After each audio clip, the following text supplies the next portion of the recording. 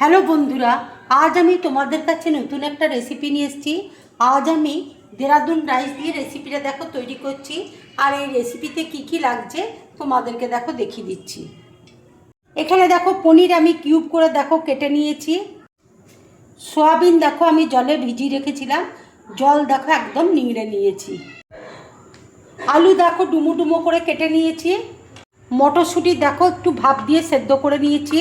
এখানে দেখো কিশমিশ আছে, কাজু আছে, গোটা জিরে আছে, গোটা ধনে আছে, আদা আছে, কাঁচা লঙ্কা রয়েছে।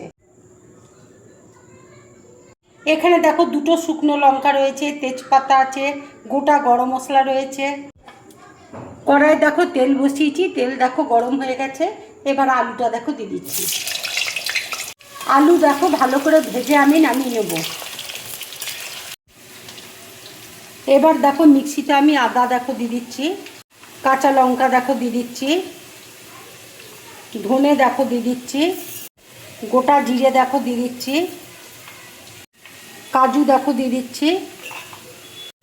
অল্প করে জল দিয়ে দেখো আমি পেস্ট করে নেব। আলুর মধ্যে দেখো অল্প করে নুন দিয়ে দিচ্ছি। মিক্সিতে দেখো পেস্ট করে নিয়েছি। আলু দেখো ভাজা হয়ে গেছে, এবার আমি তুলে নিচ্ছি। এবার দেখো পনির আমি ভেজে নিচ্ছি।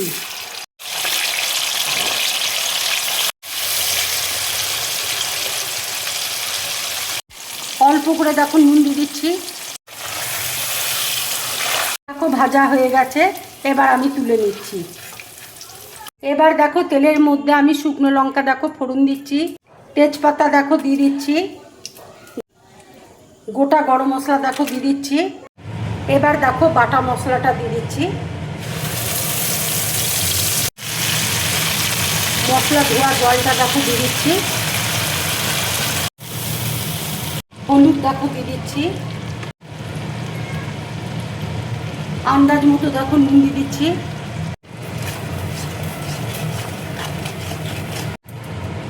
একটু কাশ্মীরি লঙ্কার গুঁড়ো দেখো দিয়ে দিচ্ছি।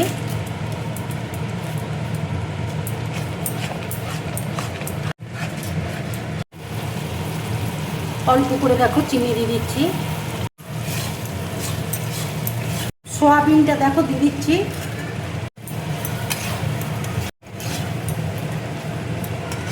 টমেটো দেখো দিয়ে দিচ্ছি।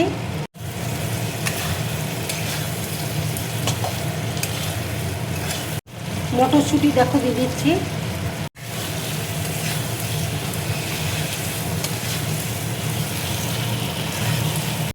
কিশমিশ দেখো দিয়ে দিচ্ছি।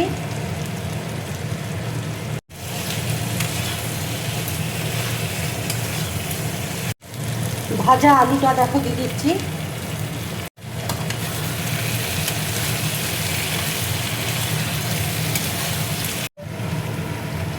ভেজানো চালটা দেখো দিয়ে দিচ্ছি। চালটা দেখো আরেকটু আমি ভেজে নেব। খুব সহজভাবে তোমাদের রান্নাটা দেখালাম, তোমরা খুব সহজভাবেই রান্নাটা করতে পারবে। 3 কাপ দেখো চাল নিয়েছিলাম, এবার আমি ডবল দেখো জল দিয়ে দিচ্ছি।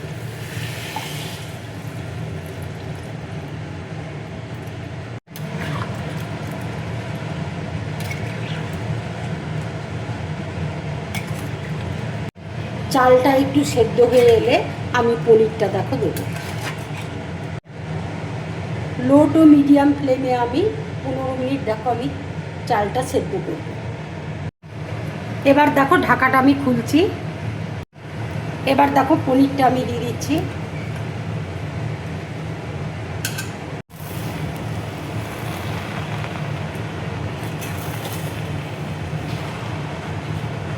দেখো কত সুন্দর ঝরঝরে হয়েছে দেখো।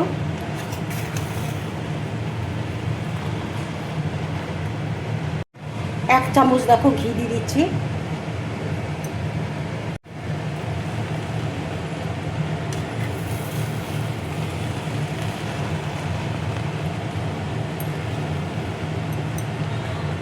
কাঁচা লঙ্কা দেখো ছিঁড়ে রেখেছি, কাঁচা লঙ্কা দেখো দিয়ে দিচ্ছি।